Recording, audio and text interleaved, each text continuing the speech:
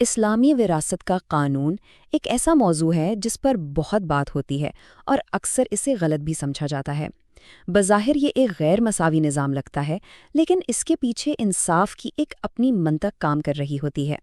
تو آئیے آج اس نظام کی گہرائی میں اترتے ہیں اور دیکھتے ہیں کہ یہ حقیقت میں ہے کیا۔ اور ہم شروعات کریں گے اس سب سے بڑے، سب سے عام سوال سے جو ہمیشہ پوچھا جاتا ہے۔ آخر کیوں ایک مسلمان عورت کو وراثت میں مرد سے آدھا حصہ ملتا ہے؟ یہی وہ سوال ہے جو عموماً اس پوری بحث کے مرکز میں رہتا ہے۔ دیکھیں، اس سوال کا کوئی ایک سیدھا سادھا جواب نہیں ہے۔ اسے سمجھنے کے لیے ہمیں کئی پہلوؤں کو دیکھنا ہوگا۔ ہم تاریخ میں جھانکیں گے، ذمہ داریوں اور حقوق کے توازن کو سمجھیں گے، اور اس عام خیال کو بھی پرکھیں گے کہ کیا عورت کا حصہ واقعی ہمیشہ آدھا ہی ہوتا ہے۔ تو چلے اس سفر کا آغاز کرتے ہیں۔ تو آئیے اس بحث کی بالکل بنیاد سے شروع کرتے ہیں۔ سب سے پہلے تو ایک بات بالکل صاف سمجھ لینی چاہیے، اس نظام کا تعلق عورت کی قدر یا حیثیت سے ہرگز نہیں ہے۔ یہ بحث اس بارے میں نہیں کہ کون زیادہ اہم ہے، بلکہ یہ خاندان کے اندر مالی ذمہ داریوں اور تحفظ کے ایک پورے سسٹم کے بارے میں ہے۔ لیکن یہ اصول ایسے ہی نہیں بن گئے۔ ان کی اصل اہمیت کو سمجھنے کے لیے ہمیں اس دنیا کو دیکھنا ہوگا جہاں یہ قوانین پہلی بار لائے گئے تھے۔ اسلام سے پہلے خاص طور پر عرب معاشرے میں عورتوں کا وراثت میں کوئی حق نہیں تھا، بلکہ بعض اوقات تو وہ خود وراثت کے مال کی طرح تقسیم کر دی جاتی تھیں۔ اسلام نے آ کر اس پورے تصور کو جڑ سے ہی بدل دیا۔ یہ ایک انقلابی قدم تھا جس نے عورت کو پہلی بار ایک باقاعدہ قانونی وارث کا درجہ دیا۔ قرآن کی یہ آیت اس دور کے لیے ایک معاشی انقلاب سے کم نہیں تھی۔ سوچیں، صدیوں کی روایت کو توڑ کر پہلی بار یہ واضح اعلان کیا گیا کہ جائیداد پر صرف مردوں کا نہیں، عورتوں کا بھی حق ہے، اور یہی عورت کی معاشی آزادی کی بنیاد بنا۔ اچھا، تو جب حق مل گیا تو اگلا سوال تھا کہ تقسیم کیسے ہوگی۔ یہیں پر اس نظام کا وہ مرکزی خیال سامنے آتا ہے جو اکثر نظر انداز کر دیا جاتا ہے۔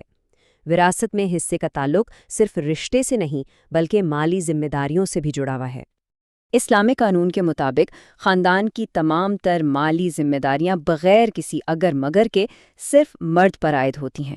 گھر کا خرچ، رہائش، کھانا پینا، بچوں کی تعلیم و صحت، یہاں تک کہ شادی کے وقت بیوی کو دیا جانے والا مہر بھی۔ اس کے مقابلے میں عورت پر ان میں سے کوئی بھی خرچ کرنے کی قانونی طور پر کوئی ذمہ داری نہیں ہے۔ اور بس یہیں آ کر اس نظام کی منطق بالکل واضح ہو جاتی ہے۔ چونکہ مرد پر پورے خاندان کی کفالت کا بوجھ ہے، اسے وراثت میں بڑا حصہ اس لیے ملتا ہے تاکہ وہ ان ذمہ داریوں کو ٹھیک سے نبھا سکے۔ یہ کوئی اضافی حق نہیں، بلکہ ایک بہت بڑی ذمہ داری کو پورا کرنے کا ذریعہ ہے۔ لیکن یہ تو تصویر کا صرف ایک رخ ہے۔ سکے کا دوسرا پہلو، اور شاید اس سے بھی زیادہ اہم، وہ مکمل مالی خود مختاری اور تحفظ ہے جو عورت کو دیا گیا ہے۔ یوں سمجھے کہ مرد کو وراثت میں جو کچھ ملتا ہے وہ ایک طرح سے پورے خاندان کے لیے ایک امانت ہے۔ یہ اس کی ذاتی عیاشی کے لیے نہیں، بلکہ ان ذمہ داریوں کو پورا کرنے کے لیے ہے جن کا وہ قانونی طور پر پابند ہے۔ اور اس کے بالکل برعکس عورت کو ملنے والا حصہ 100% اس کی اپنی ذاتی ملکیت ہے۔ اس پر کوئی قانونی پابندی نہیں کہ وہ اس میں سے 1 روپیہ بھی کسی اور پر خرچ کرے۔ اور یہ اصول صرف وراثت تک محدود نہیں ہے۔ عورت کی اپنی تنخواہ، اس کی کمائی، اس کی سرمایہ کاری یا اسے ملنے والے تحفے، یہ سب کچھ خالصتاً اسی کا ہے۔ وہ اسے جیسے چاہے استعمال کر سکتی ہے، اور کوئی بھی، یہاں تک کہ اس کا شوہر بھی، اس پر حق نہیں جتا سکتا۔ اچھا، تو اب آتے ہیں اس سب سے بڑی غلط فہمی کی طرف جو بار بار دہرائی جاتی ہے۔ کیا واقعی عورت کا حصہ ہمیشہ مرد سے آدھا ہی ہوتا ہے؟ حقیقت میں ایسا بالکل نہیں ہے۔ وراثت کی تقسیم اس سے کہیں زیادہ پیچیدہ ہے۔ یہ صرف مرد یا عورت ہونے پر منحصر نہیں ہے، بلکہ اس میں بہت سے عوامل دیکھے جاتے ہیں۔ مرنے والے سے رشتہ کتنا قریبی ہے، کل وارث کتنے ہیں، اور کس پر خاندان کی مالی ذمہ داریاں عائد ہو رہی ہیں۔ در حقیقت اسلامی قانون وراثت میں 30 سے زیادہ ایسی صورتیں ہیں جہاں عورت کا حصہ مرد کے برابر یا اس سے بھی زیادہ ہوتا ہے۔ کئی کیسز میں ماں کا حصہ باپ سے اور بیٹی کا حصہ دادا سے زیادہ بنتا ہے۔ تو یہ ہمیشہ آدھا والی بات حقیقت میں صرف ایک ادھوری تصویر ہے۔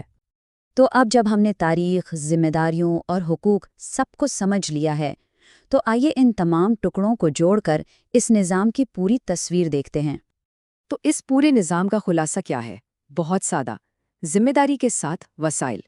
مرد چونکہ وہ خاندان کا واحد کفیل ہے، اسے ان ذمہ داریوں کو نبھانے کے لیے وسائل دیے جاتے ہیں، جبکہ عورت کو ہر مالی ذمہ داری سے آزاد کر کے اس کی دولت کو اس کا ذاتی تحفظ اور سیکیورٹی بنا دیا جاتا ہے۔ اس نقطۂ نظر سے دیکھیں تو یہ نظام عورت کی قدر کم نہیں کرتا، بلکہ اسے معاشی ذمہ داریوں کے بوجھ سے مکمل طور پر آزاد کر کے اسے ایک مضبوط مالی تحفظ فراہم کرتا ہے۔ مرد کا بڑا حصہ اس کی ذمہ داری ہے، جبکہ عورت کا حصہ اس کی اپنی ملکیت اور سہولت۔ اور یہ ساری بحث ہمیں ایک آخری اور بہت بنیادی سوال پر لا کھڑا کرتی ہے، کسی بھی مالی نظام کا مقصد کیا ہونا چاہیے؟ عددی برابری، یعنی سب کو ایک جیسا دینا، یا پھر ذمہ داریوں پر مبنی انصاف؟ یہ نظام ایک مختلف فلسفہ پیش کرتا ہے، جہاں انصاف کا مطلب سب کو ایک جیسا تولنا نہیں، بلکہ ہر ایک کو اس کی ضرورت اور ذمہ داریوں کے مطابق دینا ہے۔